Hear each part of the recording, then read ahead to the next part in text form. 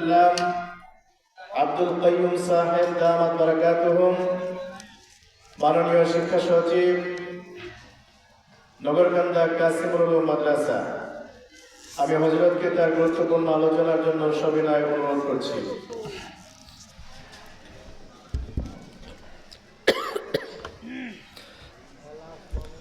আসসালামু আলাইকুম ওয়া রাহমাতুল্লাহ।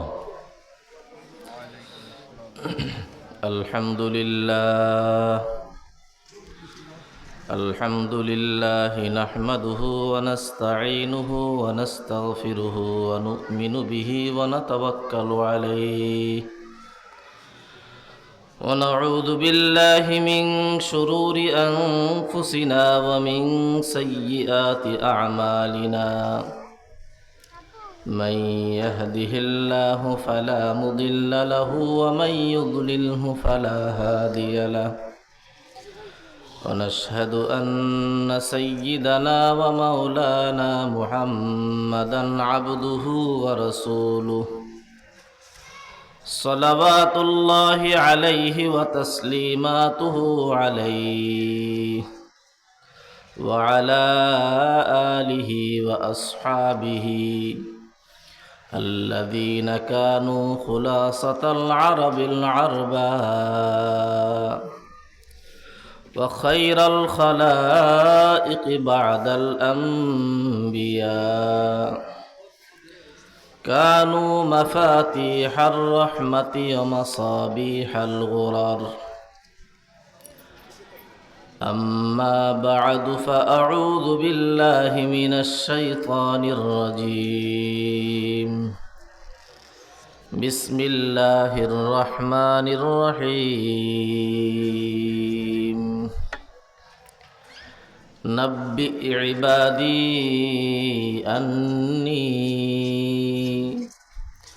أني أنا الغفور الرحيم وأن عذابي هو العذاب الأليم. وقال النبي صلى الله عليه وسلم: كل أمتي يدخلون الجنة إلا من أبى. قيل يا رسول الله ومن أبى؟ قال من أطاعني دخل الجنة ومن عصاني فقد أبى. أخرجه البخاري. آمنت بالله صدق الله مولانا العظيم وصدق رسوله النبي الأمي الكريم ونحن على ذلك لمن الشاهدين والشاكرين فالحمد لله رب العالمين. سبحانك لا علم لنا إلا ما علمتنا إنك أنت العليم الحكيم. সম্মানিত উপস্থিতি, ঐতিহ্যবাহী জামিয়া কুরআনিয়া দারুল উলুম ইকামাতুস সুন্নাহ ভাঙ্গা দাড়িয়ার মাঠ মাদ্রাসার বার্ষিক ওয়াজ মাহফিল উপলক্ষে আমন্ত্রিত সকল ওলামায়ে কেরাম ও মেহমানবৃন্দ এবং উপস্থিত আরও রয়েছেন অন্যান্য সকল ওলামা, হুফাজ ও তালাবা। আমার সামনে উপস্থিত রয়েছেন আমার প্রিয় সকল মুমিন ও মুসলিম ভাইয়েরা। আল্লাহ রাব্বুল আলামিনের সুমহান কিতাব হতে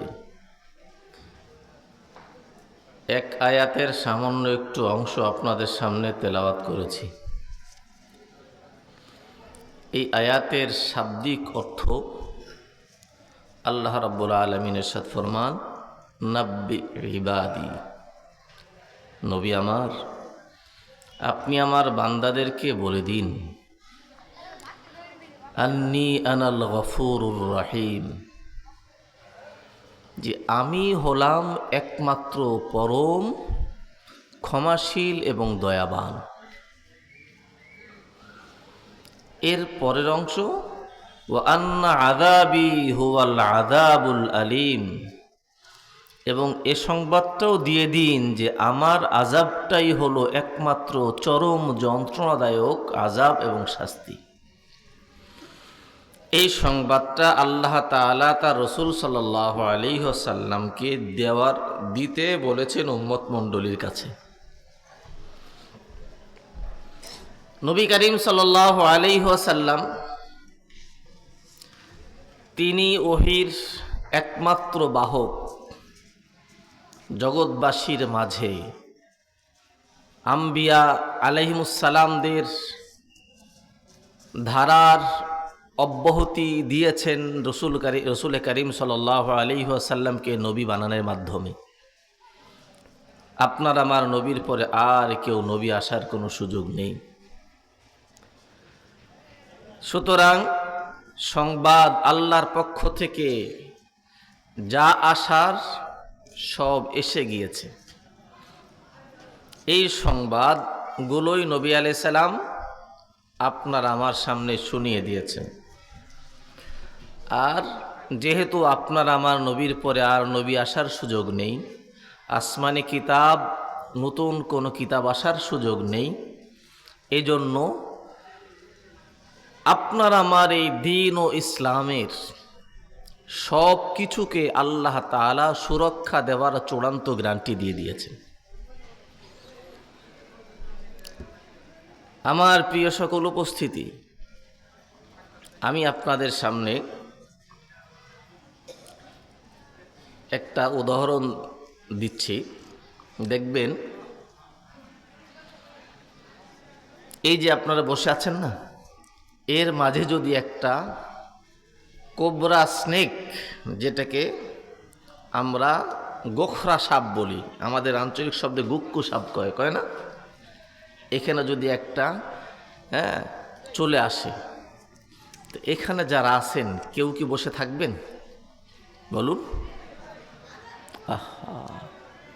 কেউ বসে থাকবেন না। আমরা কেউ বসে থাকবো না। সেটাকে মারার জন্য, নিজেকে সেভ করার জন্য সকলে অস্থির হয়ে ছোটাছুটি করব, তাই না? আচ্ছা, 2 বছর বয়সের 10-12টা বাচ্চা এক জায়গায় খেলাধুলা করছে, 2, 3, 5, 4, 5 বছরের বয়সের, ওদের মাঝে যদি আসে, ওদের মাঝে যদি চলে আসে, তাহলে এই বাচ্চারা ওই সাপকে যখন দেখবে এভাবে বাঁকাচোকা হয়ে নড়ছে, ফনা তুলছে, ওরা কি ভয় পেয়ে দৌড় দিবে না খেলা মনে করে ধরতে যায়? ওরা ধরতে যায়, ওরা ভয় পায় না।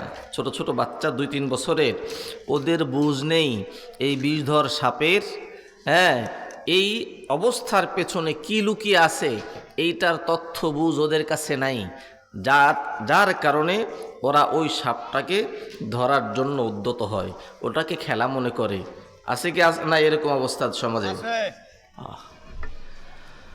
আল্লাহু আকবার। এটা যদি বুঝে থাকি, তাহলে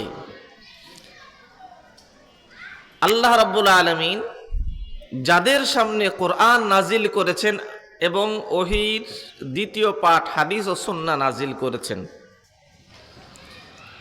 সেই জামাত এর নাম হলো আসহাবুন নবী সাল্লাল্লাহু আলাইহি ওয়াসাল্লাম রাদিয়াল্লাহু আনহুম। এই সাহাবায়ে কেরামের সামনে কোরআন হাদিস নাজিল হয়েছে এবং সাহাবায়ে কেরাম দ্বীনের পূর্ণ উদ্দেশ্য, আল্লাহর বিধানের গুরুত্ব, মহত্ব, আল্লাহর শাস্তি এর ভয় সব তাদের চোখের সামনে ছিল। যার কারণে জীবনকে তারা কম্পাসের মতো পরিচালনা করছেন। কম্পাসের কাঁটা দেখবেন সব সময়ের জন্য উত্তর মেরুর দিকে থাকে। কোন মেরু? উত্তর মেরুতে সব সময় কম্পাসের কাঁটাটা কি করে? এই দিকে থাকে।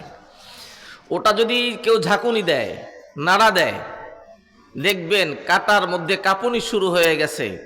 ততক্ষণ কাঁপতে থাকে যতক্ষণ স্থির হয়ে উত্তর মেরুর দিকে আবার না আসে, অতক্ষণ পর্যন্ত কাঁপতে থাকে। কথা এমন কি না?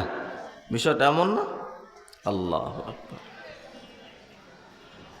আমার প্রিয় উপস্থিতি, সৃষ্টিকুলের সবার সৃষ্টি হলো কি জন্য?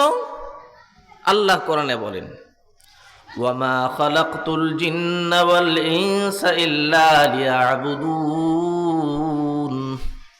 মানব দানব মণ্ডলী যারা আছে সবাইকে সৃষ্টি করেছি একমাত্র আমার দাসত্বের জন্য।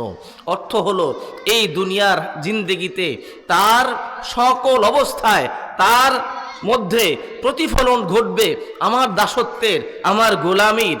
এর পেছনে একটা জিন্দিগি আছে, সেই জিন্দিগি হলো এই গোলামীর ফল ভোগের জন্য। এই জন্য তাদের অবস্থা এমন ছিল, যতক্ষণ পর্যন্ত দুনিয়ার জিন্দিগিতে হায়াত আছে, আমার সুখ হোক, শান্তি হোক, অনুকূল অবস্থা হোক, প্রতিকূল অবস্থা হোক, আমার কোনো স্বার্থ উদ্ধার হোক অথবা না হোক, কিন্তু আমার জিন্দিগি নামক এই সত্তার কাটা থাকবে আখিরাতমুখী, আল্লাহর আনুগত্যমুখী এবং পরকালমুখী। আমার দুনিয়ার যা কিছু সব হয়ে যাক, কোনো সমস্যা নাই, শুধুমাত্র চাই আমার আল্লাহ তাআলার আনুগত্যের পাথেও আমার লাভ হচ্ছে কিনা। আল্লাহু আকবার। রাসূল করিম সাল্লাল্লাহু আলাইহি ওয়াসাল্লামের সাহাবায়ে কেরামের জিন্দেগি একটু লক্ষ্য করে দেখুন। হযরতে খুবাইব রাদিয়াল্লাহু আনহু, খুবাইব রাদিয়াল্লাহু আনহু তাকে কোনো একটা রণক্ষেত্র থেকে মক্কার মুশরিকরা ধরে নিয়ে যায়। মক্কার মুশরিকদের এক লিডারকে খুবাইব রাদিয়াল্লাহু আনহু বদরের যুদ্ধে হত্যা করেছিলেন।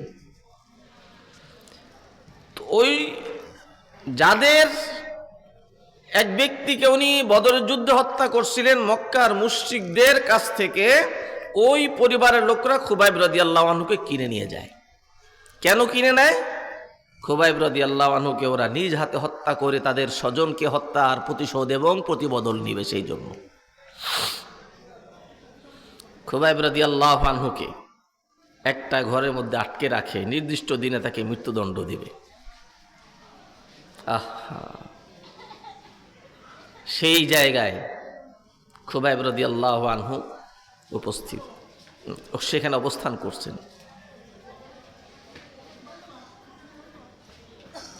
নির্দিষ্ট দিনে, যেই দিনে তাকে মৃত্যুদণ্ড দিবে, এর আগের দিন খুবাইব রাদিয়াল্লাহু আনহু বলেছেন, আমাকে একটা খুর দিন।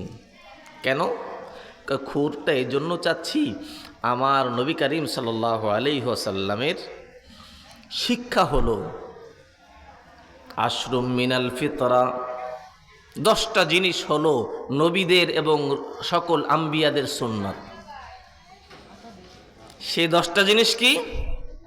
কসসুস শারিব, গোফকে কেটে ছোট করা। গোফ কেটে কি করা? ইরফাউল লুহা, দাড়িকে লম্বা করা। দাড়ি কি করা? লম্বা করা। এটা হলো নবীদের সুন্নত।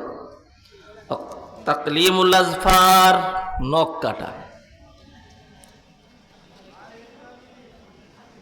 ও হালকুল আনা, নাভির নিচের লোমকে পরিষ্কার করা। এই যে এখানে 10টা জিনিসের আলোচনা হয়েছে, তার মধ্যে একটা আছে মিসওয়াক করা, একটা আছে আতর লাগানো, আর একটা আছে বিবাহ করা। এইগুলো নবীদের সুন্নত। এই শিক্ষা পেয়েছেন। মৃত্যুর আগের দিন পর্যন্ত নবী করিম সাল্লাল্লাহু আলাইহি ওয়াসাল্লামের থেকে প্রাপ্ত এই শিক্ষাটার আমলটাও ছাড়ছেন না। এইটুকুকে পুঁজি করে গেলেও আল্লাহর কাছে যেতে ওনার চূড়ান্ত ইচ্ছা প্রকাশ করেছেন। কাদের কাছে? যারা ওনাকে হত্যা করতে চায়। ওই সময় তার একটা খুর দিয়েছেন, উনি ক্ষৌর কাজ করছেন, গোফ ছোট করছেন। হ্যাঁ, আমাদের অবস্থা কি? আমাদের মুসলিম সম্প্রদায়ের অবস্থা, আমার ভাইয়েরা, সাহাবায়ে কেরাম আল্লাহর কাছে গিয়েছেন, আপনি আমি যাব না? সাহাবায়ে কেরাম পরকালীন জিন্দেগিতে আল্লাহর সামনে উপস্থিত হবেন, আপনার আমারও তো উপস্থিত হতে হবে। তারা জান্নাতের আশা করেছেন, আপনি আমিও তো আশা করছি, কিন্তু পার্থক্যটা কোথায়? পার্থক্যটা হলো দুই জায়গায়। সাহাবা একরামের জিন্দেগির প্রতিটা ক্ষেত্রে ছিল আল্লাহ তাআলার পরিপূর্ণ আনুগত্য, তার রাসূল সাল্লাল্লাহু আলাইহি ওয়াসাল্লামের 100% অনুসরণ, এবং তাদের জীবনের প্রতিটা মুহূর্তে ছিল আল্লাহ তাআলার ভয়। ওই সময় উনি রুমের ভিতরে আটকা, খুর দিয়ে গোঁফ ছোট করছেন, নখ কাটতেছেন। এর মধ্যে ওই পরিবারেরই একটা মহিলা, তার নাম ছিল জায়নাব, তার ছোট্ট একটা বাচ্চা। ও বাচ্চারা তো ভয় পায় না, বোঝাচ্ছে না, বলেছিলাম আপন পর বোঝে না, ক্ষতিকর কল্যাণকরের পার্থক্য জানে না। ওই বাচ্চা করছে কি, দরজাটা খোলা ছিল, খুবাইব রাদিয়াল্লাহু আনহুকে মাজায় বেঁধে রেখেছিল। তো ওই দরজা দিয়ে ছোট বাচ্চাটা খুবাইব রাদিয়াল্লাহু আনহুর কাছে গিয়ে দাঁড়াইছে, কাছে গিয়ে বসে তাকায় দেখতেছে তার হাতের কাছে। ওই সময় জয়নাব পরবর্তী ইসলাম কবুল করেছে। জয়নাব বলে, আমার কাঁপুনি উঠে গেছে যে যাকে আমরা আগামীকাল হত্যা করব, ও যদি এখন হাতে ধারালো খুর আমার বাচ্চাটাকে ধরে হত্যা করে ফেলে, এর সম্ভাবনা প্রবল, এই জন্য আমার কাঁপুনি উঠে গেছে। তো আমার অস্থিরতা উদ্বিগ্নতা দেখে খুবাইব বলছে, আতাখাফিনা আন্নী আযুররুহু আও আকতুলুহু, হে জায়নাব তুমি ভয় পাও যে আমি তোমার বাচ্চাকে কোনো ক্ষতি করব অথবা তাকে হত্যা করে ফেলবো? শুনে নাও, আমার রাসূল কারীম সাল্লাল্লাহু আলাইহি ওয়াসাল্লাম শিক্ষা দিয়েছেন, লাইসা মিন্না মান লাম ইয়ারহাম সাগীরানা, ছোট বাচ্চার প্রতি দয়া দেখানো, তাদেরকে স্নেহ মমতা দেখানো, এটা আমার নবীর সুন্নাহ। এটার শিক্ষা ছাড়া অন্য কোনো শিক্ষা আমি পাই নাই। নিষ্পাপ ছোট বাচ্চাদেরকে আদর করা ছাড়া তাদেরকে কোনো দণ্ড দেওয়া, কোনো শাস্তি দেওয়া ইসলামের শিক্ষা নয়। এমনকি রণক্ষেত্র যদি হয়, কোনো কাফেরদের বিরুদ্ধে যুদ্ধের জায়গা হয়, সেই জায়গাও ছোট ছোট বাচ্চাদেরকে হত্যার অনুমতি আমার নবী দেন নাই। আল্লাহ, শুধু তাই নয়, হাদিসের মধ্যে আসছে রাসূল কারীম সাল্লাল্লাহু আলাইহি ওয়াসাল্লামের সুন্নাহ। আকরা ইবনে হাবিস রাদিয়াল্লাহু আনহু একদিন দেখেন রাসূল কারীম সাল্লাল্লাহু আলাইহি ওয়াসাল্লাম ছোট একটা বাচ্চাকে কোলে নিয়ে চুমু খাচ্ছেন। ওই সময় আকরা ইবনে হাবিস রাদিয়াল্লাহু আনহু বললেন, ইয়া রাসূলুল্লাহ, আমার তো কয়েকজন সন্তান, আমি তাদের কাউকেও ছোটবেলায় কোলে করে আদর করে আহ্লাদ করে কখনো চুমা খাই নাই। তখন রাসূল কারীম সাল্লাল্লাহু আলাইহি ওয়াসাল্লাম বলেন, আওয়া আমলিকু ইন্নাজাল্লাহু মিন কলবিকার রাহমা, তোমার অন্তর থেকে যদি আল্লাহ মমতা স্নেহ এটাকে মুছে দেয়, আমি নবী তার কি করব? এর দ্বারা নবী আলাইহিস সালাম বুঝাই দিলেন, ছোট বাচ্চাকে চুমু খাওয়া এটা এমন একটা মানুষের দাবি, তার মানবতার দাবি, তার মমতাবোধের দাবি, তার উদারতার দাবি। এই দাবি থেকে কোনো মুমিনও আলাদা নয়, আমি নবীও আলাদা নই। সুতরাং এটা নবীর শিক্ষা। এই জন্য বাচ্চাকে কোলে করে সেই ছেলেটাকে চুমু খাওয়া শুরু করছে। আমি হাদিস শুনিয়েছিলাম আপনাদেরকে, নবী করিম সাল্লাল্লাহু আলাইহি ওয়াসাল্লামের সুন্নাহ সম্পর্কে এই কয়েকটা সুন্নাহর শিক্ষা দিয়েছেন। তার মধ্যে একটা হলো ইফাউল লিহা, দাড়িকে লম্বা করা। কি করা? দাড়িকে। ভাইরা আমার, আমরা কেমন মুসলমান যে আমরা আমাদের নবীর আদর্শের সাথে আমাদের কোনো মহাব্বতের সম্পর্ক, বিধানের গুরুত্ব বুঝে আমলের সম্পর্ক আমরা খুইয়ে ফেলেছি। অথচ এই নবীর উম্মত হিসেবে তার সুপারিশ পেয়ে তার হাতের হাউজে কাউসার পান করে জান্নাতে সকলেই যেতে চাই, কিন্তু যারা নবীর হাতে গড়া ছাত্র তাদের জীবনের অনুসরণ এর কোনো খবর নেই। দাড়ির মাসালাটা আপনাদের সামনে একটু ক্লিয়ার করে দেই। দাড়ি রাখার হুকুম কি? সকলে বলুন তো, বলুন। সুন্নাত। মাশাআল্লাহ, সুন্নাত বলেছেন, উত্তর সঠিক হয়েছে। তবে না বুঝে উত্তরটা দিয়েছেন, এটা আমি বুঝিয়ে দেওয়ার চেষ্টা করছি। দেখুন, এটা একটা আরবি শব্দ, সুন্নাহ বা সুন্নাত, এটা আরবি শব্দ। এই শব্দটা দুটি অর্থ দেয়, একটা হলো আবিধানিক অর্থ, একটা হলো পারিভাষিক অর্থ। যেটা বলছি আপনার আজকে মনে রাখবেন, রাখার পরে সারা পৃথিবীর সকল আলেম যারা, তাদেরকে জিজ্ঞাসা করবেন দ্বিতীয় মত কারো দেওয়ার স্পর্ধা নেই, কারণ এই বিষয়ে উম্মতের ঐকমত প্রতিষ্ঠা হয়ে গেছে। বোঝার চেষ্টা করবেন দাড়ির হুকুমটা কি। আমরা সকলে বলেছি সুন্নাত।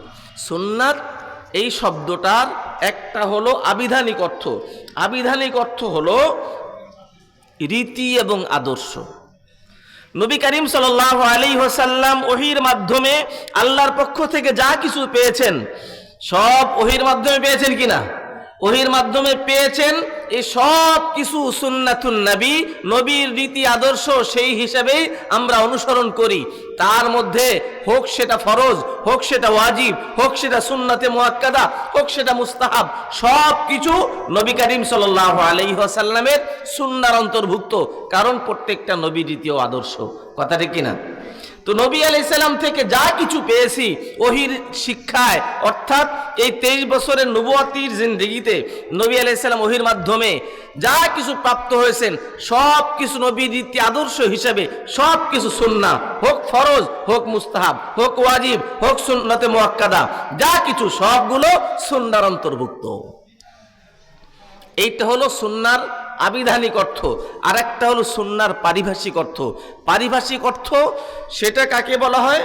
সেইটা হলো কোরআন হাদিসের মধ্যে যা কিছু আল্লাহ বিধান দিয়েছেন, দলিলের দৃঢ়তার ভিত্তিতে, দলিলের গুরুত্বের ভিত্তিতে তারতম্য হয়েছে।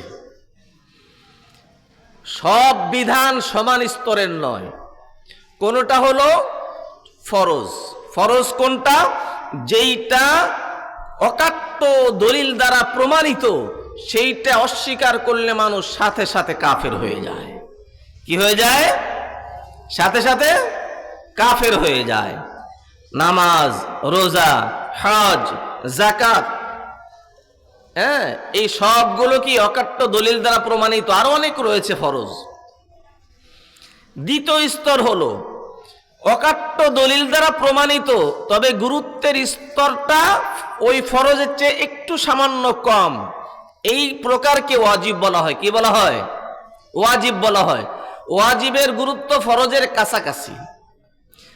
তৃতীয় যেটা ওয়াজিবের আরেকটা প্রকার আপনাদেরকে শুনিয়ে দিচ্ছি। ওয়াজিব কাকে বলে?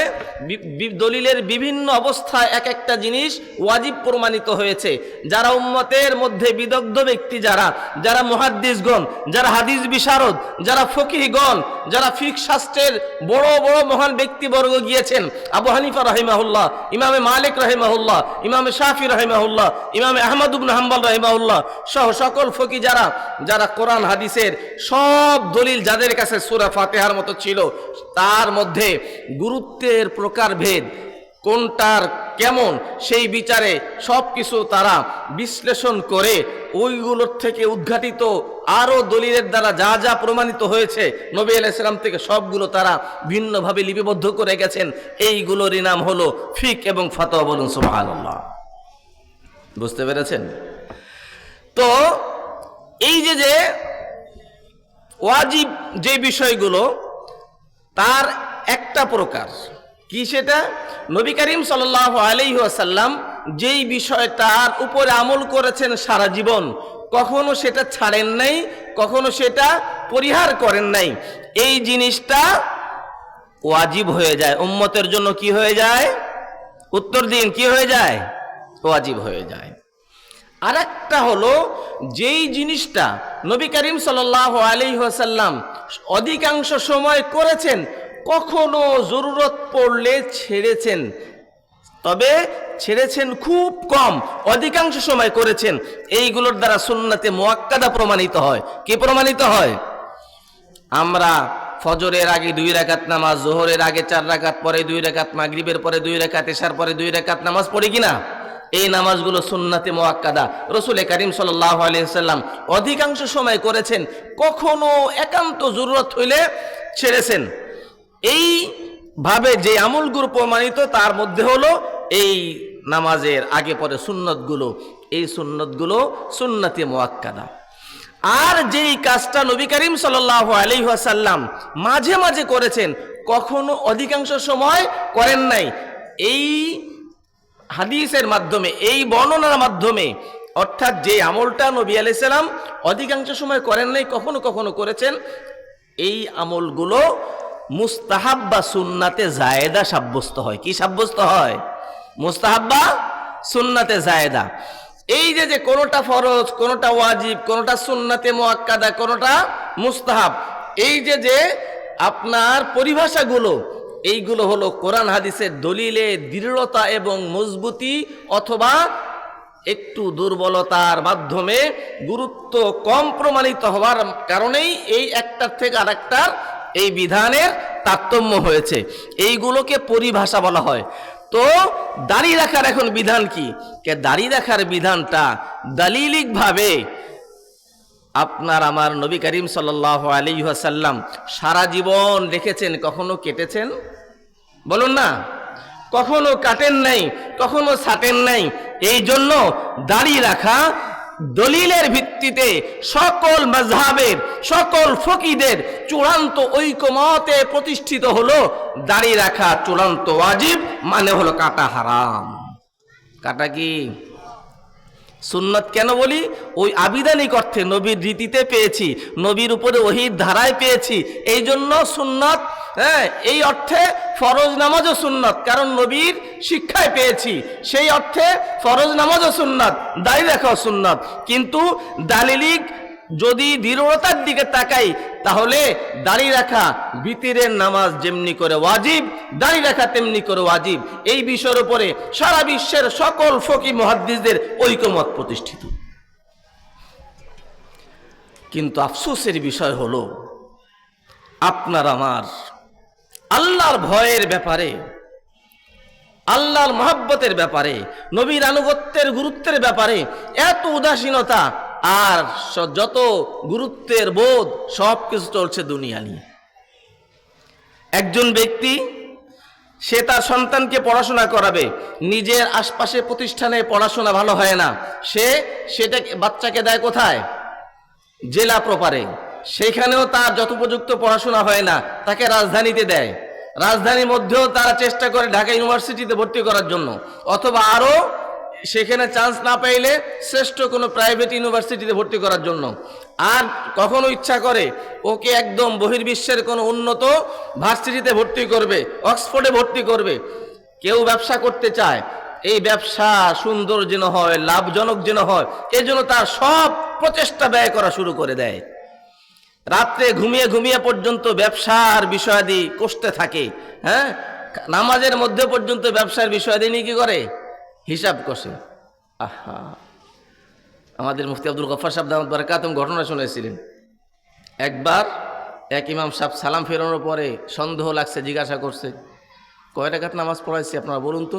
মুসল্লিরা কেউ কইতে পারে না কয় রাকাত। এক মুসল্লি বলছে, হুজুর 3 রাকাত হয়েছে। কেমনে বুঝলেন? কয়, আমার 4টা দোকান, এই 4টা দোকানের হিসাবগুলো আমি এশার নামাজের 4 রাকাতে এক রাকাতে এক দোকানের সংক্ষিপ্ত হিসাব টানি। আজকে 3টা দোকানের হিসাব টানার পরে সালাম ফিরাই দিয়েছেন। এর দ্বারা বুঝছি যে নামাজ কয় রাকাত হয়েছে। নামাজ কয় রাকাত হয়েছে? আহা, অথচ কোরআন কি বলে? قد أفلح المؤمنون الذين هم في صلاتهم خاشعون। সফল হয়ে গেল সেই মুমিনের দল, সেই মুমিন মণ্ডলী সফল হয়ে গেল যারা তাদের নামাজের ব্যাপারে অত্যন্ত একাগ্রতার সঙ্গে নামাজ পড়ে, নামাজের মধ্যে অত্যন্ত যত্নবান হয়, টাইম মতো নামাজ পড়ে, মসজিদে গিয়ে জামাতের সঙ্গে নামাজ পড়ে, তাকবীর ওলার সঙ্গে নামাজ পড়ে। এই মুমিনরা সফল হয়ে গেল। এর দ্বারা কি বুঝে আসলো? যারা এই নামাজের ব্যাপারে গাফেল হয়ে যায়, এই লোকটা চূড়ান্ত বিফল। তো নামাজ পড়ছে, নামাজের মধ্যে বিফলতা নিজের উপরে টেনে আনতেছে দুনিয়ার চিন্তা করে করে, অথচ তার ব্যবসার কোনো কিছু নষ্ট না হয় এই ফিকির তার। ক্ষেত খামার করে, কোন পেঁয়াজের ক্ষেত শুরু হয়েছে, কোন জাতের দানা খেতে বুনলে ফলন বেশি হবে, পেঁয়াজ চাঙ্গে টিকবে, এই ফিকির সবসময় আছে। কিন্তু ফিকির নাই তো দিন নিয়ে। অথচ এই দুনিয়া যে ভোগ করবে, এই ভোগের আয়ুষ্কাল কতটুকু জানেন? এই ভোগের আয়ুষ্কাল হলো আখিরাতের তুলনায় কতটুকু? রাসূল করিম সাল্লাল্লাহু আলাইহি ওয়াসাল্লাম ইরশাদ ফরমান, মাদ দুনিয়া মিনাল আখিরা ইল্লা কামান আদখালা ইসবাহু ফিল ইয়াম ফালিয়ানদুর বিমাযা ইয়ারজি। আখিরাতের দীর্ঘতার সামনে দুনিয়ার হায়াতের স্বল্পতা বোঝানোর জন্য রাসূল করিম সাল্লাল্লাহু আলাইহি ওয়াসাল্লাম বলেন, যদি কেউ কোনো সাগরের মধ্যে আঙ্গুল ডুবায় দেয়, এরপরে যদি আঙ্গুলকে তুলে আনে, আঙ্গুলের অগ্রভাগে যতটুকু পানি উঠে আসবে, ওই পানিটুকু সাগরের সমষ্টি পানির অপেক্ষা যত সামান্য, আখিরাতের জিন্দেগির সামনে দুনিয়ার জিন্দেগি তত সামান্য। সহিহ মুসলিমের বিশুদ্ধ সনদে বর্ণিত হাদিসের তর্জমা শুনিয়েছি আপনাদেরকে। তো সেই আখিরাতের ব্যাপারে আপনি আমি কত গাফেল! অথচ আখিরাতের ব্যাপারে কি পরিমাণ হুঁশিয়ার হতে হয়। হযরত আবু যর গিফারী রাদিয়াল্লাহু আনহু সম্পর্কে হাদিস বর্ণিত হয়েছে, একজন মুনাফিক আবু যর গিফারী রাদিয়াল্লাহু আনহুকে গালি দিয়েছে। কি করেছে? গালি দিয়েছে। গালি দেওয়ার পরে অন্যায়ভাবে গালি দিয়েছে। সাহাবা একরাম কিন্তু কখনো তারা জীবনে কখনো গালি অথবা গালির বাক্য মুখে আবৃত্তি করা, যেটাকে নকল করা বলে, এটাও করেন নাই কখনো। এক পবিত্র জামাত আল্লাহ কোরআনের উপরে আমল করার একটা টিম বানিয়ে দিয়েছিলেন, তাদেরকে বলা হয় সাহাবা একরাম। গালি দিয়েছে এক মুনাফিক। কে দিয়েছে? মুনাফিক। আবু যর গিফারী রাদিয়াল্লাহু আনহু অত্যন্ত রাগান্বিত হওয়ার কথা ছিল, কিন্তু কোনো রাগ হন নাই। রাগ না হয়ে কি উত্তর দিয়েছেন শুনুন ভালো করে। তিনি বলেছেন, ইন্না বাইনি ওয়া বাইনামা আকসিদুহু লাআকাবাত। ভাই, তুমি আমাকে গালি দিয়েছো, আমি যে একটা অভিষ্ট লক্ষ্যকে সামনে রেখেছি, আমার জীবনের যে কম্পাস, সেটা হলো আমার আখিরাতে আল্লাহর সন্তুষ্টি পেতে হবে, আল্লাহর সাথে আনন্দদায়ক সাক্ষাৎ পেতে হবে, জাহান্নাম থেকে মুক্তি পেতে হবে, পরকালীন জীবনে চিরতরে নাজাত পেতে হবে। সেটা হলো আমার অভিষ্ট লক্ষ্য, সেটা হলো আমার জীবনের কম্পাস। ওইটার অপেক্ষা আমি আছি। ওইটায় যদি আমি পার হয়ে যাই, তবে সেই জায়গায় পার হওয়ার আগে কতগুলো ঘাটি রয়েছে। কবর রয়েছে, সেইখানে সোয়াল রয়েছে, এরপরে পুনরুত্থান রয়েছে, তারপরে মিজান রয়েছে, পুলসিরাত রয়েছে, এই ঘাটিগুলো রয়েছে। তারপরে আমার জন্য নাজাতের ফয়সালা হবে কি হবে না জানি না, তবে সেই নাজাত আমার পেতে হবে। নাজাত পাওয়া ছাড়া কোনো উপায় নেই, কারণ আল্লাহ তাআলা বলেন, ওয়ান্না আযাবি হুয়াল আযাবুল আলীম। আমার আযাব সবচেয়ে যন্ত্রণাদায়ক শাস্তি, আমার দণ্ড সবচেয়ে ভয়াবহ, সেইটা সহ্য করার কোনো ক্ষমতা তো আমার নেই। সেইখানে পার পেয়ে নাজাত পেয়ে যেতে হবে, এইটা হলো আমার লক্ষ্য। সুতরাং যখন সেটা আমি এখনো চূড়ান্তভাবে লাভ করতে পারছি না, যে আমি কোন পথে, নাজাতের পথে নাকি আমি আল্লাহর কাছে পাকড়াওয়ের পথে, সেই লক্ষ্য আমার রয়েছে। আমি যদি আমার পরকালীন জিন্দেগির যে ঘাটিগুলো শুরু হবে সামনে মরার পরে, এই ঘাটিগুলো যদি সব পেরিয়ে আমার সেই মাকসুদ পর্যন্ত পৌঁছতে পারি, নাজাত যদি আমার নসিব হয়ে যায়, তুমি যে গালি দিয়েছো এতে আমার কিছুই ক্ষতি হবে না। আর যদি আমি রক্ষা না পাই, যদি আমি ধরা পড়ে যাই, তাহলে শুনে নাও, তুমি যতটুকু গালি দিয়েছো, এই গালি তো মামুলি গালি, এর চাইতে শত শত হাজার হাজার গুণে বেশি গালি আমি শোনার যোগ্য। আহা, এই ছিল সাহাবা একরামের জিন্দেগির অবস্থা। বলতেছিলাম এই যে একটা বিষয় নিয়ে যেটা বলতেছিলাম, দাড়ির বিষয়। চিন্তা করুন, আল্লাহ রাব্বুল আলামিন কি শব্দ কোরআনে বলেছেন, লাকাদ কানা লাকুম ফি রাসূলিল্লাহি উসওয়াতুন হাসানাহ লিমান কানা ইয়ারজুল্লাহা ওয়াল ইয়াউমাল আখিরা। যে ব্যক্তি আমি আল্লাহকে চাই, আমি আল্লাহ সন্তুষ্টি পেতে চাই, আমি আল্লাহর পুরস্কার পেতে চাই, আখিরাতে জান্নাত পেতে চায়, সেই ব্যক্তির জন্য অনুসরণীয় সর্বশ্রেষ্ঠ আদর্শ আমার নবীর জীবনে রেখে দিলাম। আমরা যারা দাড়ি কাটছি, দাড়ি ছাড়ছি, দাড়ি চেষে ফেলছি, তারা মহাব্বত মুখে প্রকাশ করছি নবীর প্রতি, উম্মত হিসেবে গর্ব করে বলছি নবীর উম্মত, কিন্তু মুখের এই আকৃতি রেখে দিলাম ইউরোপ আমেরিকার সকল ইহুদ নাসারা এবং জিন্দিকদের সাথে। তাহলে মহাব্বতের সাথে আমলের নমুনা কি হইল? আমলের নমুনা কি হইল বলুন? হায় হায়, আফসোসের বিষয়। কয়েক বছর আগের ঘটনা আমার আজও মনে পড়ে। আমি মাহফিল, সেখানে রাত্রে ছিলাম বেনাপোল পোর্টের কাছে। সকালবেলায় ওখানে আমার অনেক ছাত্র আলেম ওলামারা ছিল, ওরা আমাকে এগিয়ে দেওয়ার জন্য পোর্টে নিয়ে আসলো। তো পোর্টে আসার পরে ওখান থেকে গাড়িতে টিকিট করে দিবে। তো দেখি ওইখানে একটা লোক বসে চা খাচ্ছে। এই লোকটার মাথায় সুন্দর পাগড়ি এবং মুখে সুন্দর দাড়ি, চা খাইতেছে। চেহারা অত্যন্ত সুন্দর। ভালো করে কাছে এগিয়ে তাকায় দেখলাম গলায় পইতে পরা। গলায় কি পরা? পইতে চেনেন তো? হয়তো ব্রাহ্মণ হবে, অথবা তাদের ধর্মীয় মালা, সনাতন ধর্মের অবলম্বী। শুধু তাই নয়, এই সনাতন ধর্মের অবলম্বীদের মধ্যে একটা কট্টরপন্থী আছে, যেই পন্থীদের নাম হলো শিখ। কি নাম? শিখ। এই শিখ সম্প্রদায় হিন্দুদের মধ্যে সবচেয়ে কট্টরপন্থী। ওরা মাথায় পাগড়ি পরে, মুখে দাড়ি রাখে। এই পন্থীদের গোড়ার ব্যক্তির নাম হলো গুরু নানক। কি নাম? গুরু নানক। গুরু নানকের মুখে কি ছিল? দাড়ি ছিল। মাথায় কি ছিল? এবং ওর প্রতিষ্ঠা করা এই সম্প্রদায়ের মধ্যে যারা আছে তারা সবাই গুরু নানকের অনুসরণে মাথায় পাগড়ি পরে, মুখে দাড়ি রাখে। আচ্ছা ভাই বলুন, আল্লাহর কোরআন কি বলে? ইসলাম ছাড়া অন্য সকল দিন এইটা বাতিল এবং মিথ্যা। কোরআন বলে কি বলে না? নিখিল জাহানের একমাত্র খালেক, তার একমাত্র নাজিল করা, তার গ্রহণযোগ্য মনোনীত চূড়ান্ত দিন ইসলাম। এছাড়া অন্য সকল দিন ভুয়া এবং মানব রচিত। কোরআন বলে দিচ্ছে সেই ভুয়া ধর্মের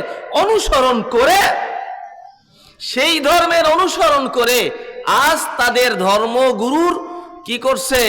অনুসরণ করতে মুখে দাড়ি কাটে না, মাথার পাগড়ি ফেলে না। আপনার আমার নবী আলাইহিস সালামের দিন ও শরীয়ত থেকে আমরা দাড়ি পেয়েছি, পাগড়ি পেয়েছি। তবে এই দুইটার দালিলিক দৃঢ়তার মধ্যে একটু তারতম্য থাকার কারণে পাগড়ি বান্দা সুন্নতে মুআক্কাদা নয়, তবে মুস্তাহাব। কিন্তু দাড়ি রাখা মুস্তাহাব তো নয়, সুন্নতে মুআক্কাদাও নয়, চূড়ান্ত ওয়াজিব, মানে কাটা হলো হারাম। হায় হায় হায়, আমরা মুসলমানরা সেই দাড়ি কেটে নবী আলাইহিস সালামের মহাব্বতের দাবিদার। ভাইয়েরা, আমি আপনাদের সামনে দাড়ি সম্পর্কে একটা মজার ঘটনা শোনাই। সিলেটের এক বুজুর্গের কথা। সিলেটের এই বুজুর্গ, উনি বড় নেককার আল্লাহওয়ালা মানুষ। ওনার গলার ভিতরে টিউমার হয়েছে, চোয়ালের নিচে টিউমার হয়েছে। ডাক্তার দেখানোর পরে সেখানে থেকে গোশত নিয়ে ওইখান থেকে বায়োপসি করার পরে ধরা পড়ছে ক্যান্সারের জার্ম আছে, ওইটা দ্রুত অপারেশন করতে হবে। যদি অপারেশন দ্রুত না করা হয়, ক্যান্সারের জার্ম সারা শরীরে ছড়িয়ে গেলে তাহলে অবস্থা ভয়াবহ হয়ে যাবে।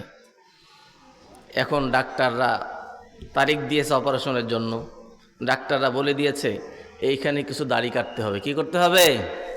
দাড়ি কাটতে হবে। দাড়ি কেটে তারপরে সেইখানে টিউমার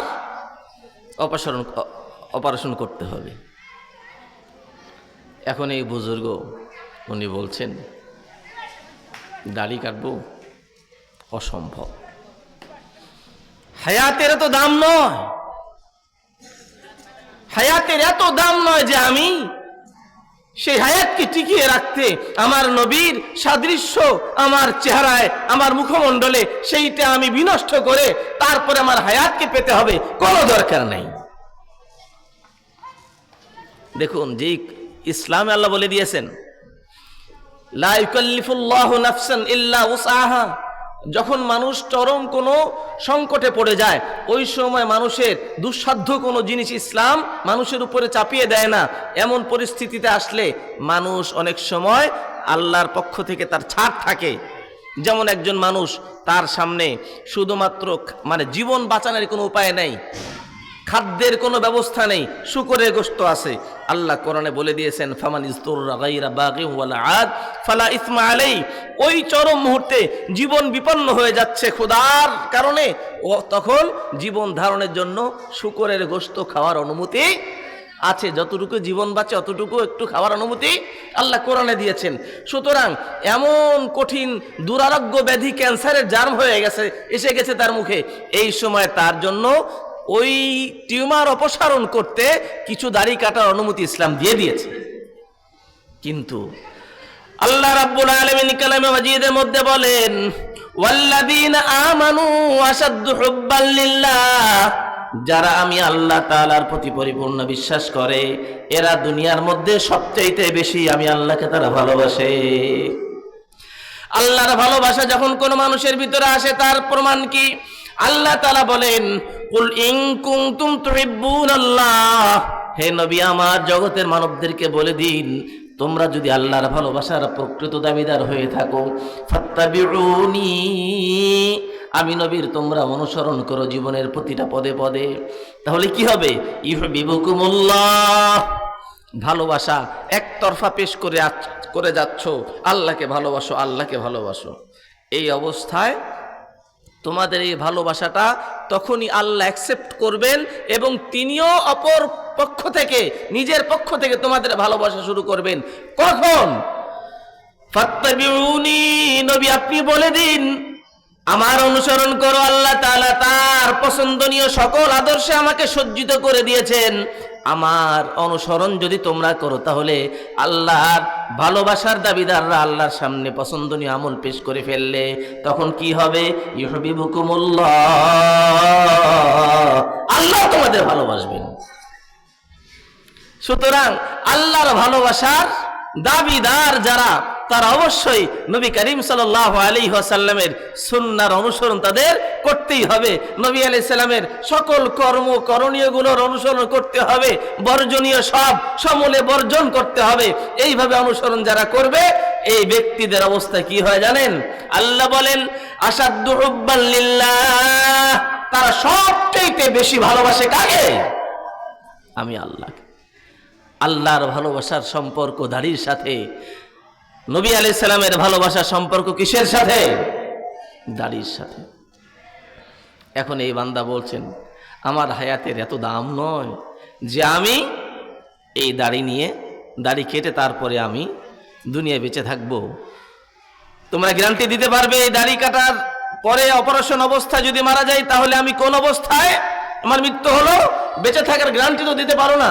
আমি মৃত্যু হবে তো আমার নবীর সেই আদর্শ কাটা অবস্থায় আল্লাহর কাছে হাজির হব, সম্ভব না।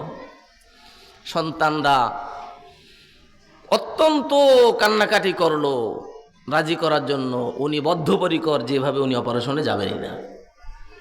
এইভাবে 1 মাস, 2 মাস, 3 মাস, 4 মাস পার হয়ে গেছে, 5 মাস পার হয়ে গেছে। এতদিন ক্যান্সারের জার্মে সারা শরীর সংক্রমিত হয়ে উনি মারা যাওয়ার কথা, কিন্তু কোনো সমস্যা হয় না, স্বাভাবিক অবস্থায় চলাফেরা করছে। কিন্তু কাউকে বলেন না যে ওনার কি অবস্থা। সন্তানরা সকলে আতঙ্কিত যে কোন সময় উনি বিছনায় পড়ে যাবেন। এর মধ্যে হঠাৎ ওনার অন্য একটা সমস্যার জন্য সেই ডাক্তারের কাছে নিয়ে গেছেন, যেই কনসালটেন্টের কাছে ওনাকে আগে নেওয়া হয়েছিল। সেই ডাক্তারের কাছে নেওয়ার পরে ডাক্তার বলছেন, ব্যাপার, আপনি এখনো সুস্থ দিব্যি, অপারেশন হয়েছিল, কেমোথেরাপি নিয়েছিলেন?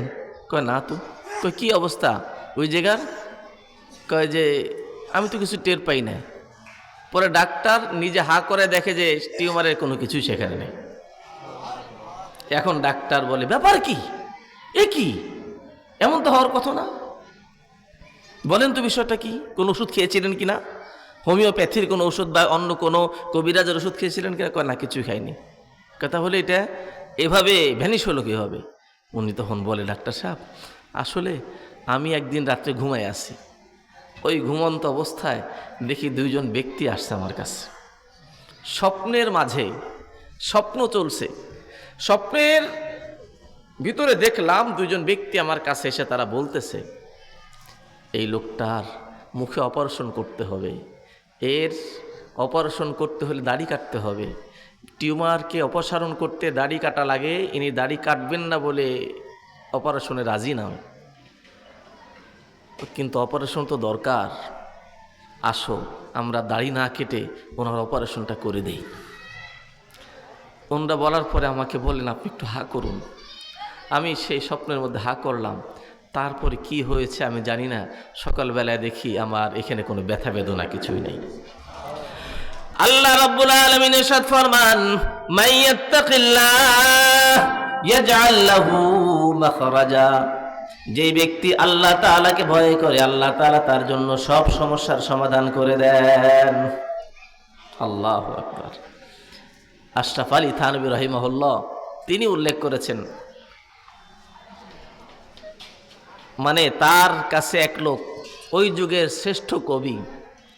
শ্রেষ্ঠ কবি, সে মদ খাইতো, সকালবেলায় 4 গ্লাস, বিকেলবেলায় 4 গ্লাস, 8 গ্লাস মদ প্রতিদিন খাইতো। মদ এটা হালাল না হারাম? বলুন না ভাইরা, মদ হালাল না হারাম? প্রস্রাব পায়খানা যেমন নাপাক, মদটা তেমন নাপাক তেমন হারাম। যদি কারো কাপড়ে মদের বোতল থেকে একটা কয়েন সম পরিমাণ কাপড়ে লেগে যায়, ওই অবস্থায় নামাজ পড়লে তার নামাজই হবে না। প্রস্রাব লাগলে যেমন নাপাক হয়ে যায়, মদ লাগলে ওইভাবে কি হয়ে যায়? আফসোসের বিষয়। আল্লাহ রাব্বুল আলামিন কোরআনে মাজিদের মধ্যে ইরশাদ ফরমান ওয়ালাকাদ কাররামনা বানি আদম, আমি আল্লাহ আদম সন্তানদেরকে পরম সম্মানী বানাইছি। ওয়া হামালনাহুম ফিল বাররি ওয়াল বাহর ওয়া রাযাকনাহুম মিনাত তাইয়্যিবাত, আমি তাদেরকে পবিত্র খাদ্য সামগ্রী দ্বারা তাদের খাদ্য দান করি।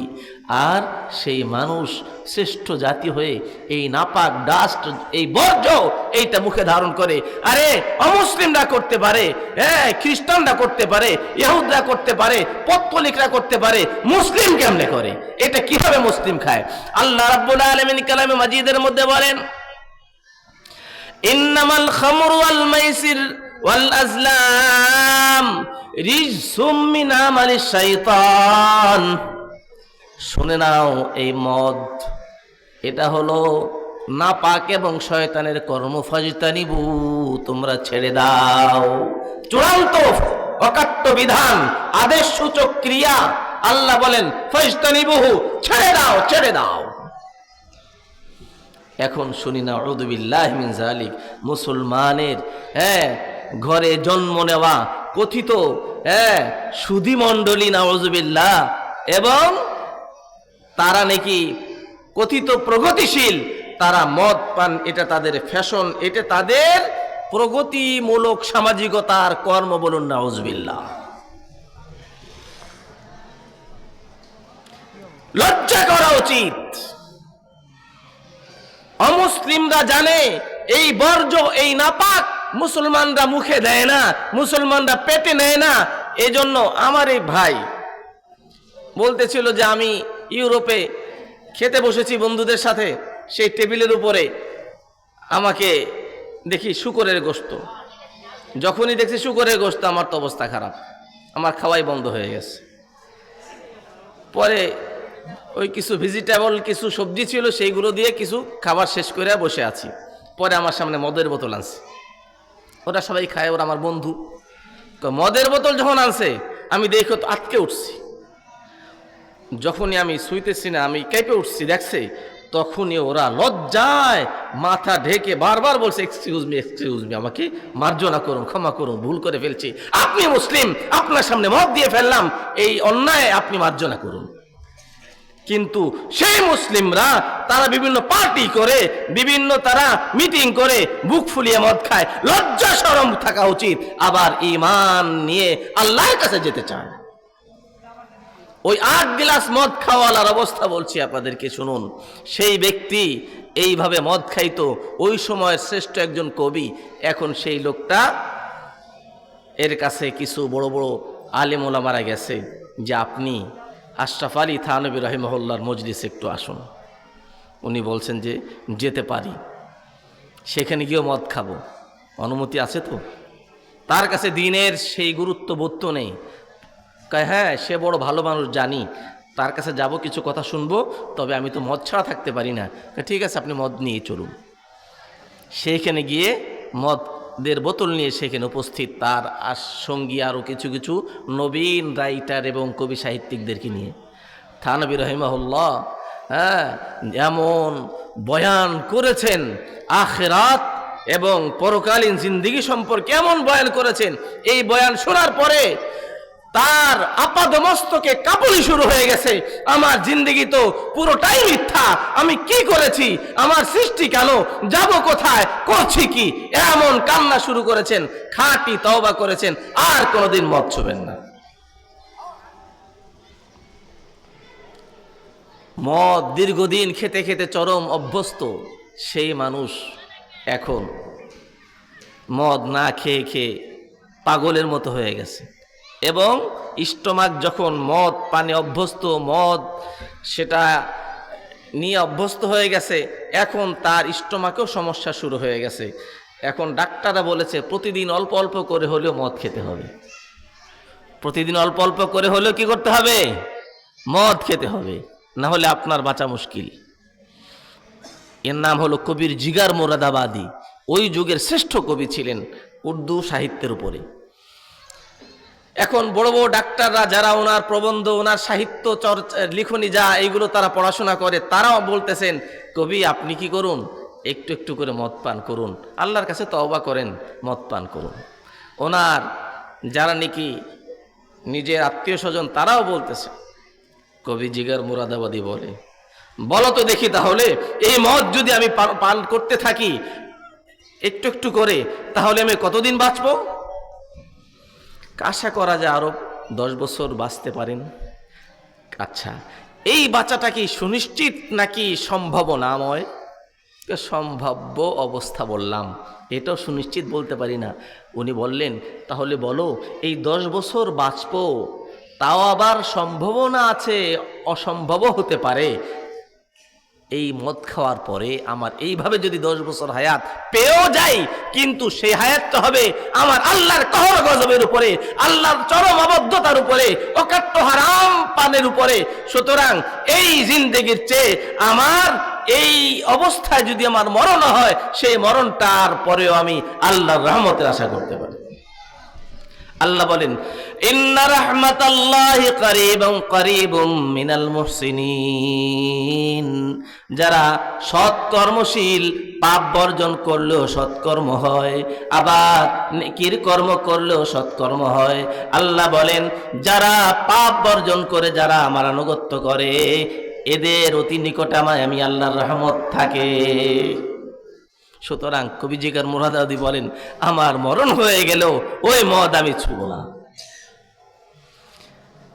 পরে দেখা গেছে কয়দিন পর আস্তে আস্তে আস্তে কবি স্বাভাবিক হয়ে গেছে। এর পরবর্তীতে কবি একেবারে সুস্থ হয়ে 20 থেকে 25 বছর পর্যন্ত সুস্থ অবস্থায় সুন্নাতে নববিয়ার আদলে জীবন গঠন করে, ঈমান ও তাকওয়ার সঙ্গে জীবন লাভ করে আল্লাহর ছায়া আশ্রয় পেয়েছেন। সুবহানাল্লাহ। মান ইয়াত্তাকিল্লাহ ইয়াজআল লাহু মাখরাজা ওয়া ইয়ারযুকহু মিন হাইথু লা ইয়াহতাসিব।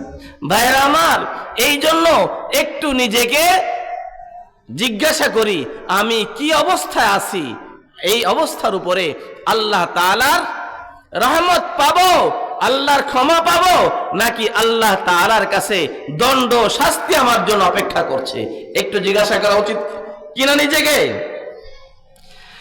এই যে আয়াতে কারিমা নাব্বি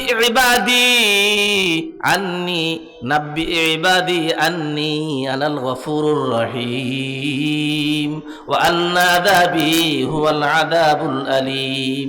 নবী আপনি বলে দিন আমার বান্দাদেরকে আমি আল্লাহ পরম ক্ষমাশীল। শুধু তাই নয়, আমি আল্লাহ ক্ষমার পাশাপাশি দয়ার সিফাতও আমার রয়েছে।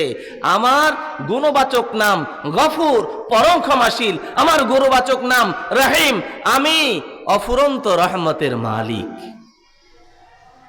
সুতরাং একজন ব্যক্তি যখন দুনিয়ার ময়দানে আল্লাহর থেকে রহমত পেতে চায়, আল্লাহর থেকে মাগফিরাত পেতে চায়, এই বেচারা তার সব কিছুর বদৌলতে আখিরাতকে লাভ করতে চাবে। সে অবস্থায় নিজের জীবন গঠন করতে সে সব সময় সচেষ্ট থাকবে। আর সেই পথে আল্লাহ ডাকছেন, وسارعوا إلى مغفرة من ربكم وجنة عرضها السماوات والأرض أعدت للمتقين। আল্লাহ তাআলা বলেন, ছুটে আসো, সারিউ, ছুটে আসো, ইলা মাগফিরাতিম মির রাব্বিকুম, তোমার রবের ক্ষমার দিকে, ওয়া জান্নাতিন, এবং ক্ষমা যদি পেয়ে যাও তারপরেই তোমার জন্য রহমত এবং জান্নাত। কিন্তু এইটার প্রতি যদি আমি আল্লাহ তাআলার রহমত আর মাগফিরাত এবং রহমত এটা যদি পাওয়ার ব্যাপারে আমি বেখবর হয়ে চলতে থাকি, পরিণাম কি হবে সেটা আল্লাহ বলে দিচ্ছেন। ওয়া আন্না আযাবি হুয়াল আযাবুল আলীম, এবং আমার আযাবটাও কিন্তু চরম যন্ত্রণাদায়ক শাস্তি। আল্লাহ শাস্তির ভয় আপনার আমার কাছে অতি কম। ওই যে বলেছিলাম, ছোট বাচ্চার সামনে দিয়ে গোখরা সাপ যদি কিলবিল করে বেড়ায়, ধরতে চায়, ভয় পায় না। এইটা কি ওর অতি সাহসী হওয়ার প্রমাণ নাকি অবুঝ হওয়ার কারণ? আমি যে ভয় পাই, গোখরা সাপ এখানে চলে আসলে দিক বিদিক ছুটে পালানো শুরু করব, এটা কি ভীরুতার জন্য নাকি বুদ্ধিমান হওয়ার কারণে? সাহাবায়ে কেরামের জীবনে একটু তাকিয়ে দেখেন, যাদের সম্পর্কে আল্লাহ তাআলা কোরআনে মাজিদের ভিতরে ঘোষণা দিয়েছেন, রাদিয়াল্লাহু আনহুম ওয়া রাদু আন, আমার নবীর সকল সাহাবীদের প্রতি আমি আল্লাহ তাআলা সন্তুষ্ট হয়ে গিয়েছি। আল্লাহ ঘোষণা দিয়েছেন। শুধু তাই নয়, আল্লাহ বলেন, কুল লাউ ওয়া'দাল্লাহুল হুসনা, আমি আমার নবীর সকল সাহাবীদের ব্যাপারে জান্নাতের ওয়াদা করে ফেললাম। সেই সাহাবীরা যাদের জন্য জান্নাতের ওয়াদা রয়েছে, সেই সাহাবীদের অবস্থাটা কি শুনুন। হাদিসের মধ্যে আসছে, নবী করিম সাল্লাল্লাহু আলাইহি ওয়াসাল্লাম সকল সাহাবীদের ব্যাপারে জান্নাতের ঘোষণা দেওয়ার পরেও 10 জন সাহাবীকে এক মজলিসে জান্নাতি বলে বিশেষ করে ঘোষণা দিয়েছেন। আবু বকরিন ফিল জান্নাহ, উমর ফিল জান্নাহ, উসমান ফিল জান্নাহ, আলী ফিল জান্নাহ, সাদ ইবনে আবি ওয়াক্কাস ফিল জান্নাহ, সাঈদ ইবনে যায়েদ ফিল জান্নাহ, জুবাইর ইবনুল আওয়াম ফিল জান্নাহ, তালহা ইবনে উবাইদিল্লাহ ফিল জান্নাহ, আব্দুর রহমান ইবনে আউফ ফিল জান্নাহ, আবু উবাইদা ইবনুল জাররাহ ফিল জান্নাহ। কয়জন হইল? 10 জন। নবী করিম সাল্লাল্লাহু আলাইহি ওয়াসাল্লাম 10 জন সাহাবীকে জান্নাতের ঘোষণা দিয়েছেন। অথচ এই সকল সাহাবীরা কি পরিমাণ ভয় পেয়েছেন জান্নাতি হওয়ার চূড়ান্ত ঘোষণা শোনার পরেও। হাদিসের মধ্যে আছে, ওসমান গনি রাদিয়াল্লাহু আনহু তিনি কবরের কাছে গিয়ে যখন দাঁড়াইতেন,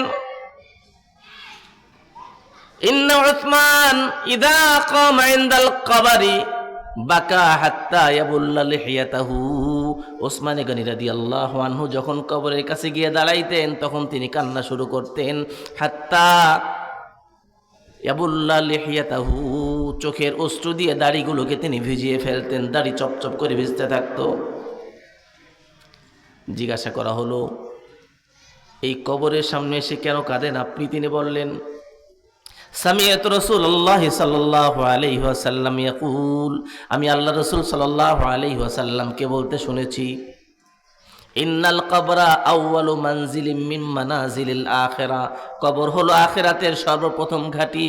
ফা ইন্নাজা মিনহু ফামা বাদাহু আইসারু মিনহু, ওই কবরে যদি সে নিস্তার পেয়ে যায়, রক্ষা পেয়ে যায়, পরবর্তী ঘাঁটিগুলো তার জন্য বড় নিরাপত্তাপূর্ণ হয়ে যাবে, পরবর্তী ঘাটিগুলো সে পার পেয়ে যাবে।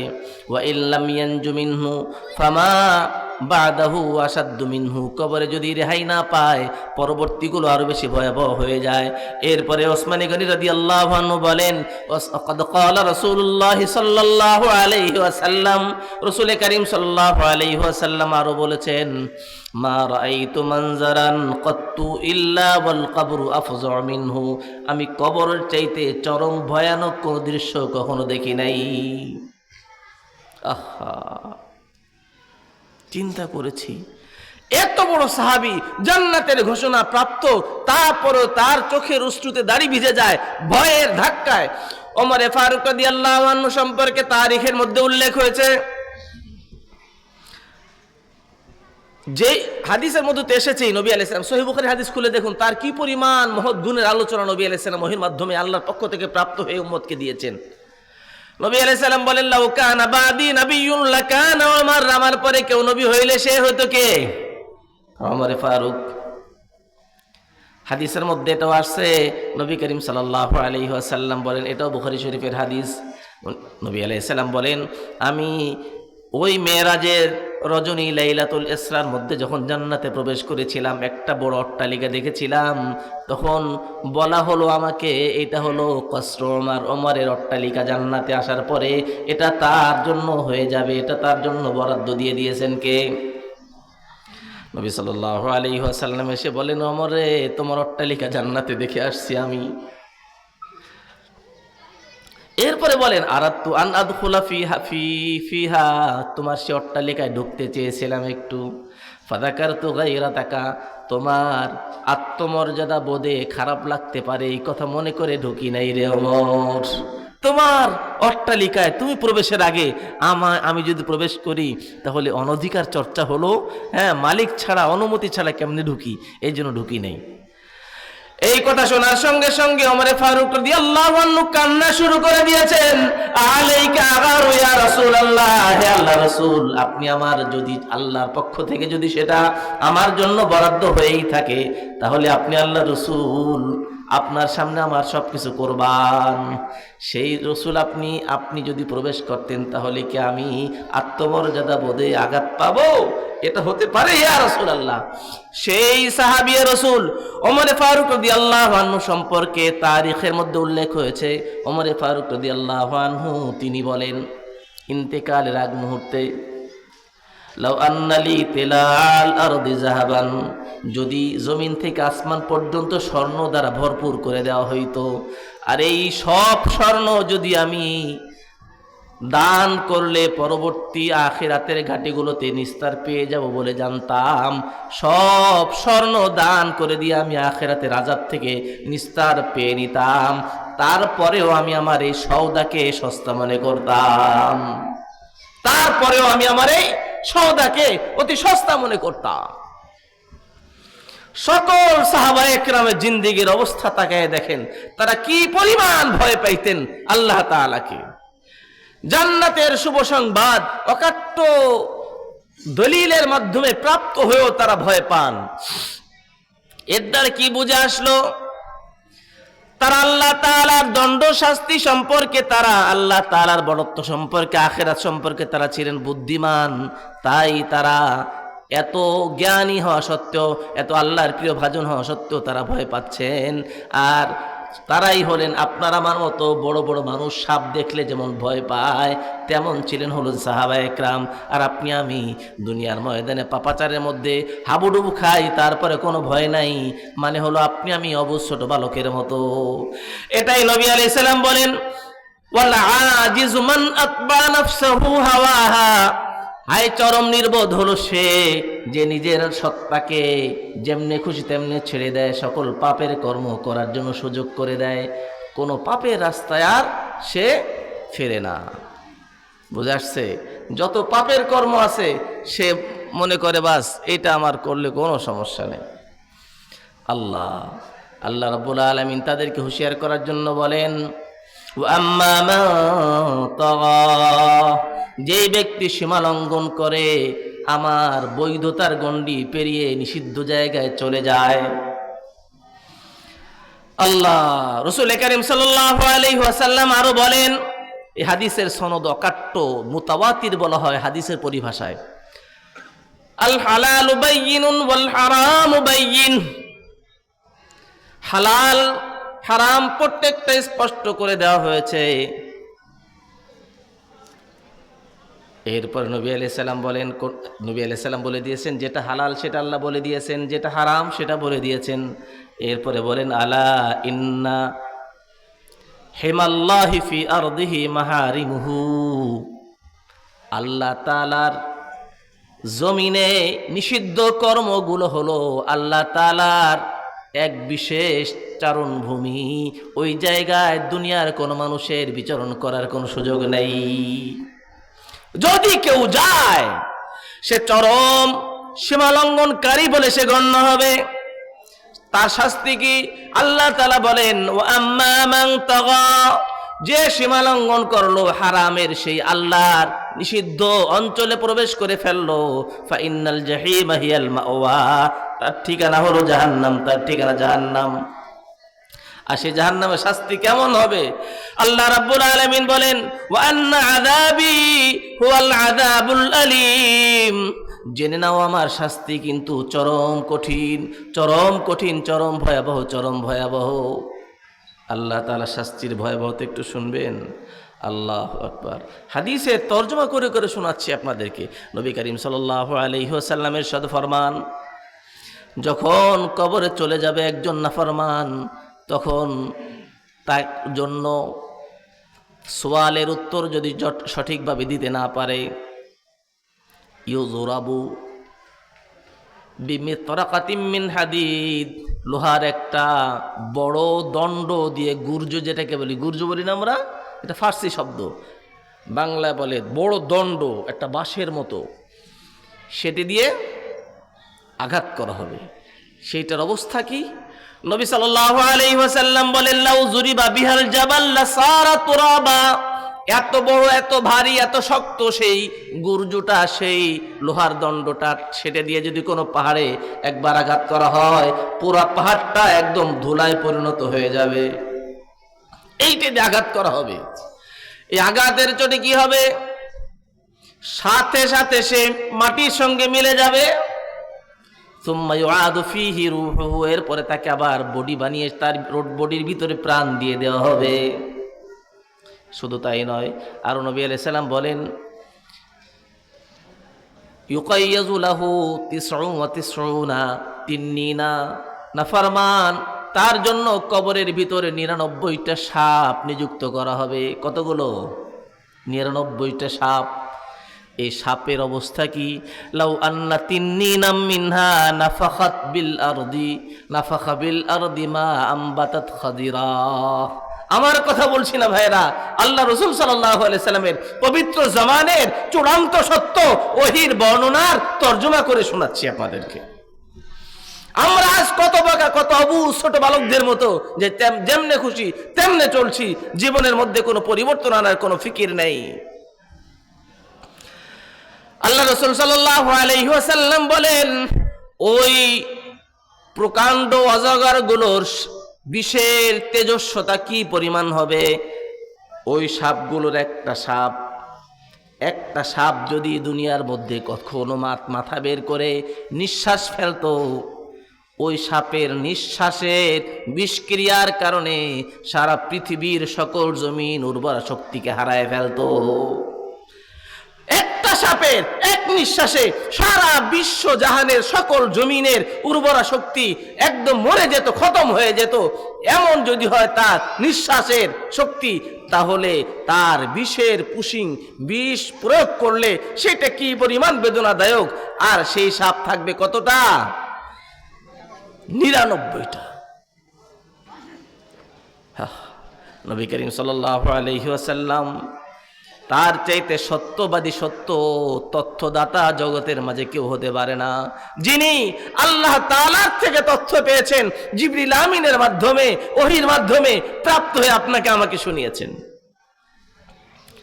আল্লাহ রাব্বুল আলামিন কোরআনে মাজিদের মধ্যে আরো স্পষ্ট করে দিয়ে বলেন فيومئذ لا يعذب عذابه أحد ولا يوثق وثاقه أحد। ওই দিনের এমন চরম অবস্থা হবে, ওই দিনে আল্লাহর বাঁধনের মতো শক্ত বাঁধন দুনিয়ার কেউ বাঁধতে পারবে না। আল্লাহ তাআলার শাস্তি দেওয়ার মতো চরম শাস্তি দুনিয়ার কেউ কাউকে দিতে পারে না। আল্লাহ তাআলা কেমনে বাঁধবেন তার বর্ণনা অন্য আয়াতের মধ্যে আল্লাহ তাআলা দিয়ে বলেন, খুদু, ওকে ধরে ফেলো, ফাগুল্লু, ওর গলায় গলাশি পরিয়ে দাও। সেই গলাশিটা হবে লোহার। ওই গলাশির অপর প্রান্ত ধরে টানা শুরু করবে, কিন্তু টানার আগে কি করবে? আল্লাহ তাআলা কোরআনের মধ্যে বলেন, সুম্মা ফি সিলসিলাতিন যারউহা সাবউনা দিরাআন ফাসলুকু, 70 হাত লম্বা একটা শিকল দিয়ে ওর পা থেকে মাথা পর্যন্ত পেঁচিয়ে ফেলো, এরপরে টেনে নিয়ে যাও জাহান্নামের দিকে। এই হলো আল্লাহর বাঁধন। এমন বাঁধন দুনিয়ায় কেউ কাউকে দেয়? কোন আসামিকে কোন প্রশাসনে কেউ দেয়? আর আল্লাহ তাআলার শাস্তি কেমন হবে তার বর্ণনা আল্লাহ তাআলা কোরআনে মাজিদের মধ্যে স্পষ্ট করে দিয়ে বলেন, কুল্লামা নাজিজাত জুলুদুহুম, যখনই জাহান্নামের মধ্যে যে নিক্ষেপ করা হবে, জাহান্নামের আগুনের তাপের তেজস্বতা কি পরিমাণ হবে? নবী আলাইহিস সালাম বলেন, নারুকুম জুজউম মিন 70 জুজআম মিন নারি জাহান্নাম। যেই আগুনে পিতল গলায়, সেই আগুন কি আপনার আমার চুলার আগুনের মতো? হ্যাঁ, যেই আগুনে পিতলকে শরবতের মতো লিকুইড বানায় ফেলে, সেই আগুনের তেজস্বতা কি পরিমাণ বলুন? সেই আগুনটাও কিন্তু দুনিয়ার আগুন। নবী সাল্লাল্লাহু আলাইহি ওয়াসাল্লাম বলেন, সহিহ বুখারীর হাদিস, নারুকুম জুজউম মিন 70 জুজআম মিন নারি জাহান্নাম। হে আমার উম্মত মণ্ডলী, শুনে নাও, দুনিয়ার যত তেজস্বী আগুনটাই হোক না কেন, এই আগুনটার 70 গুণ বেশি তেজস্বতা রয়েছে জাহান্নামের আগুনের মধ্যে। আল্লাহ আমাদের সকলকে হেফাজত করেন। সেই আগুনের মধ্যে নিক্ষেপ করা হবে জাহান্নামীকে। নিক্ষেপ করার সঙ্গে সঙ্গে,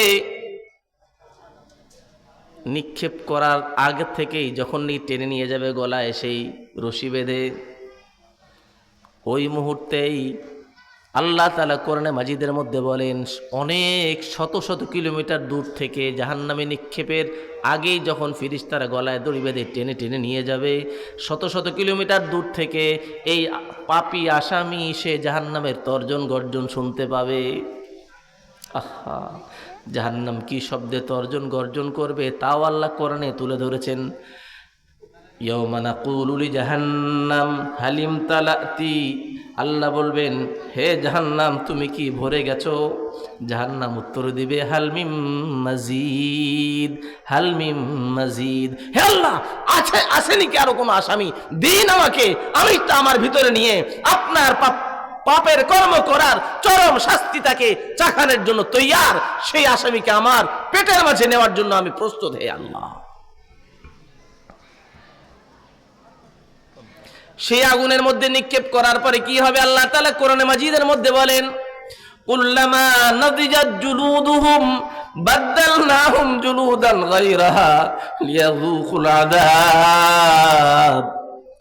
যখনই নাফরমানকে সে আগুনের মধ্যে নিক্ষেপ করা হবে, এক নিমেষের মধ্যে তার বডিকে জ্বালিয়ে পুড়িয়ে একদম ভস্ম করে দিবে। শুধু তাই নয়, শুধু বডিকে জ্বালাবে নাকি, আল্লাহ বলেন, নারুল্লাহিল মুকাদা তাত্তালিউ আলাল আফিদা, এমন আগুন বডিতে লাগার সঙ্গে সঙ্গে যেমনি করে বডিকে জ্বালিয়ে দিবে, তার ভিতরে যে কলিজা এবং অভ্যন্তরীণ যত অর্গান রয়েছে সব অর্গানগুলোকেও জ্বালিয়ে একদম খতম করে দিবে। মনে করছে মরে যাবে, মরার কোনো রাস্তা নাই। আল্লাহ তাআলা বলেন, ওয়ালা ইউদানু লাহুম ফায়ামুতু, মরণ গ্রহণের, সুইসাইড করার কোনো পারমিশনও দেওয়া হবে না। আল্লাহু আকবার, আল্লাহু আকবার। আল্লাহ আমাদের সকলকে হেফাজত করেন। এই জাহান্নামের ভিতরে দগ্ধ হতে থাকবে, এর মধ্যে আবার ক্ষুধা লাগবে। কি লাগবে? ক্ষুধা লাগলে কষ্ট হয় না? হাদিসের মধ্যে জামিয়া তিরমিজির হাদিসের মধ্যে আসছে নবী করিম সাল্লাল্লাহু আলাইহি ওয়াসাল্লাম ইরশাদ ফরমান ইলকা ফি আহলিন নার আলজু, জাহান্নামের আসামীদের সেই আগুনের মধ্যে ক্ষুধা তাদের মধ্যে চাপিয়ে দেওয়া হবে, ক্ষুধা চাপিয়ে দেওয়া হবে এবং সেই ক্ষুধাটা এত চরমে পৌঁছে যাবে, শাস্তি আগুনে পড়ে যতটা পাচ্ছে তার সমান শাস্তি শুরু হয়ে যাবে। এখন তাদের ক্ষুধা নিবারণের জন্য তাদের সামনে খাদ্য দেওয়া হবে। কি খাদ্য? আল্লাহ বলেন ইন্না শাজারাতাজ যাকুম তাআমুল আতিম। আরে যাকুম নামক গাছ, এটা হলো আসামীদের খাদ্য হিসেবে দেওয়া হবে। এই গাছটার অবস্থা কি? ইন্নাহা শাজারাতু তাখরুজু ফি আসলিল জাহিম। এইটা এমন একটা বিরল গাছ, জাহান্নামের আগুনের মধ্যে গজিয়ে জাহান্নামের সামনে সেটা বড় হবে। ওই গাছ থেকে তাদেরকে খেতে দেওয়া হবে। ওইটা খাওয়ার পরে গলা আটকে যাবে, ওই সময় নিচে নামবে না। তখন তারা পানি পানি বলে যখন চিৎকার করবে, আল্লাহ বলেন সুকুমা আনহামিমা, গলার সেই জাক্কুমের কষযুক্ত খাবার নিচে নামানোর জন্য, গলা ধুকরণ করানোর জন্য তাদেরকে জাহান্নামের সেই ফুটন্ত গরম পানি তাদেরকে পান করতে দেওয়া হবে।